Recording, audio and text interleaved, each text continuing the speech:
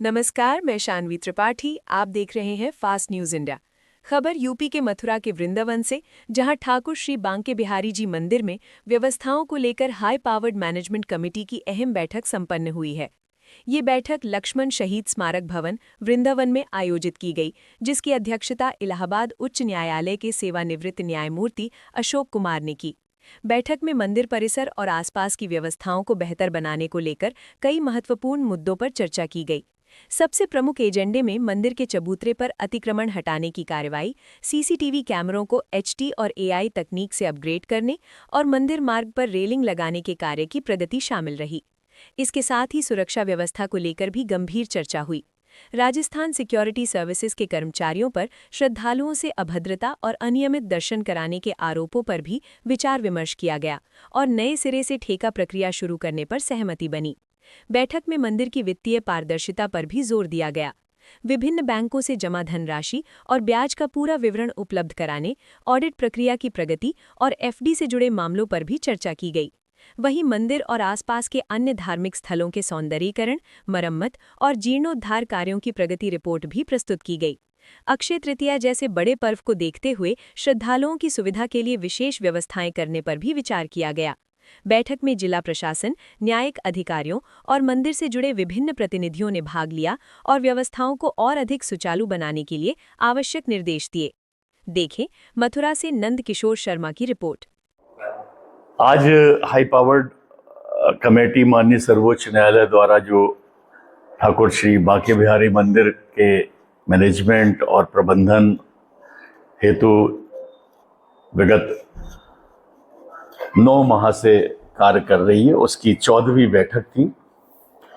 और आज की बैठक के जो मुख्य बिंदु थे, वैसे तो कई विषयों पर छोटे छोटे बिंदुओं पर चर्चाएं हुई और सब मिला के 25 बिंदु थे, लेकिन मुख्य बिंदुओं पर जो आज फोकस रहा वो ठाकुर जी मंदिर के प्रांगण में कुछ ऐसी व्यवस्थाएं थीं जो कहीं ना कहीं वहाँ की सिक्योरिटी से रिलेटेड थी, तो जिसके संबंध में ये चर्चा हुई कि जो पुलिस व्यवस्था है, जो सिक्योरिटी एजेंसी है, उनके मध्य तालमेल सुनिश्चित किया जाए। सिक्योरिटी के ऊपर विशेष रूप से आज जो एजेंसी थी उस पर हम लोगों ने फोकस किया है और अगली निश्चित तिथि पर सिक्योरिटी के जो भी इंचार्ज हैं उन्हें बुलाया जाएगा और उनसे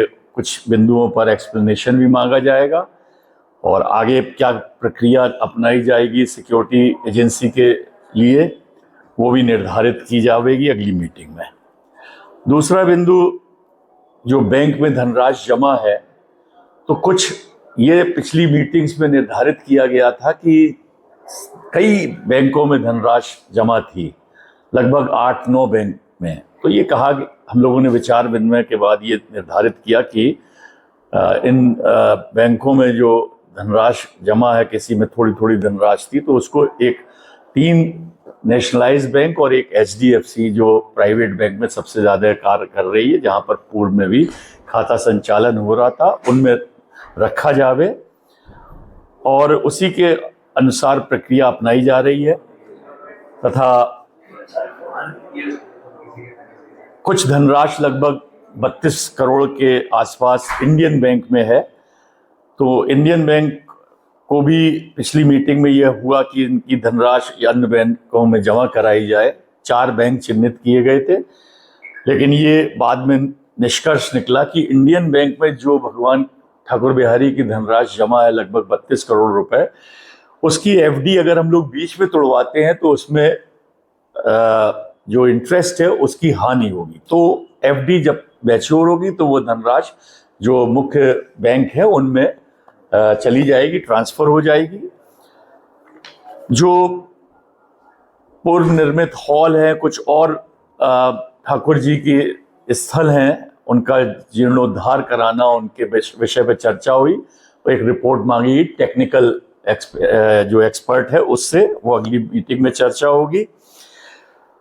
एक बहुत विषय गंभीर है जिसमें आप लोगों का भी इसमें सामूहिक जनता और भक्तों के लिए और पूरे मथुरा के लिए एक धब्बा मैं मानता हूं।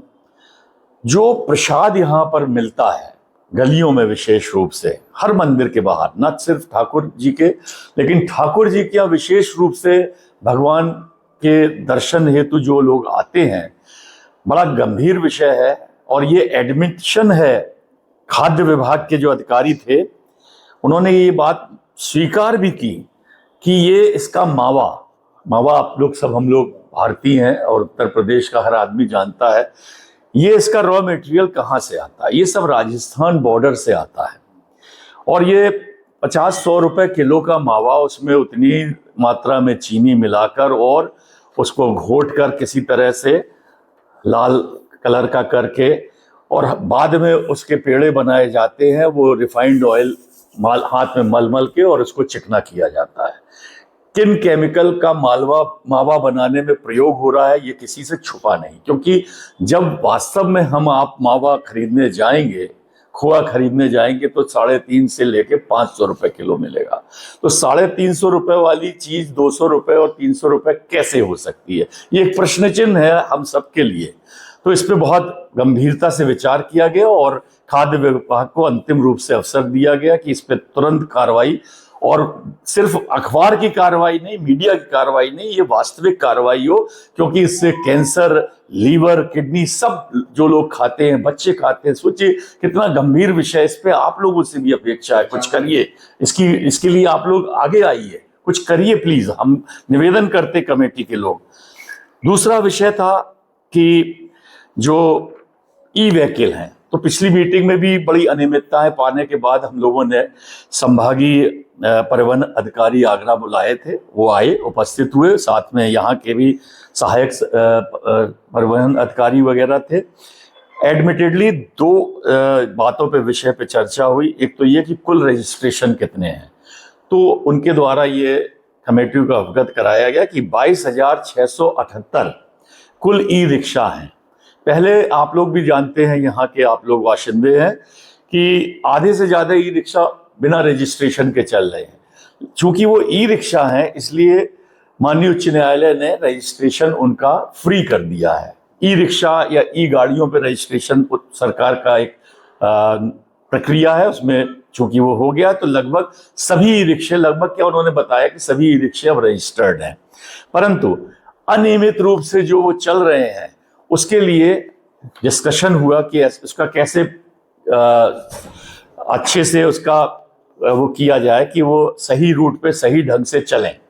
तो अंततोगत्वा जो परिवहन विभाग के अधिकारी आए थे, संभागीय परिवहन अधिकारी, उन्होंने बताया, और हम लोगों को भी ये पता है कि जैसे राजधानी लखनऊ में एक रूट पे एक कलर के रिक्शे चलते हैं, उनका रूट निर्धारित है, वो यहाँ से यहाँ जाएंगे। इसके अलावा अगर किसी अन्य रूट पे है तो उन पर उनका चालान होगा। एक चीज। दूसरी चीज ये कि 4 लोगों की सवारियों की जगह आप सब जानते हैं कि कितने अनियमित रूप से 8 से 12 लोग तक, 15 लोग तक वो बैठाते हैं।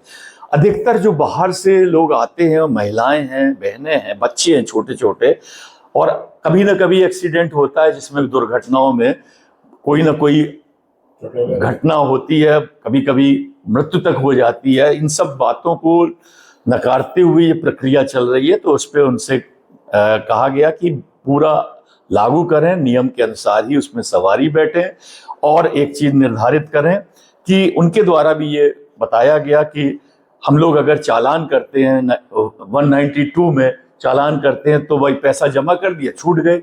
क्यों? क्योंकि रखने की स्थान नहीं है। थानों के बाहर देखिए, माननीय सर्वोच्च न्यायालय, माननीय उच्च न्यायालय के आदेशों के पश्चात भी वो वास्तविक रूप से क्रियान्वयन नहीं हो पा रहा। उसका कारण कि कहाँ रखें उन चालान किए हुए वाहनों को। तो उसके लिए नगर आयुक्त और MVDA की जो उपाध्यक्ष हैं उनके द्वारा बताया गया कमेटी को, वो मेंबर है हमारे इस कमेटी के, कि 4 धाम के बगल में लगभग 3-4 एकड़ जमीन खाली है, जो आवास विकास, जो कि सरकार की जमीन है, उस पर व्यवस्था करी जाए कि उन ई रिक्शा जो अनियमित रूप से संचालन किए जाएंगे, उनका अगर चालान होगा तो उनको वहां पर बंद किया जाएगा। ये व्यवस्था शीघ्र लागू होगी। इसका भगवान चाहेगा तो प्रभाव भी पड़ना चाहिए। आप लोगों का भी सहयोग है, इसको पॉजिटिवली सकारात्मक रूप से इसको आप लोग हाईलाइट करें तो ज्यादा अच्छा रहेगा, क्योंकि इससे जनता जनार्दन जुड़ी है। वृंदावन का महत्व है। जो हमारे यहाँ आ रहे हैं लोग, खाने की चीजें और बैठने की जगह गंदी है। दूसरा, वृंदावन में बहुत सी जगह जैसे बिहारी जी के टेम्पल में ही कुत्ते घूमते हैं बाहर।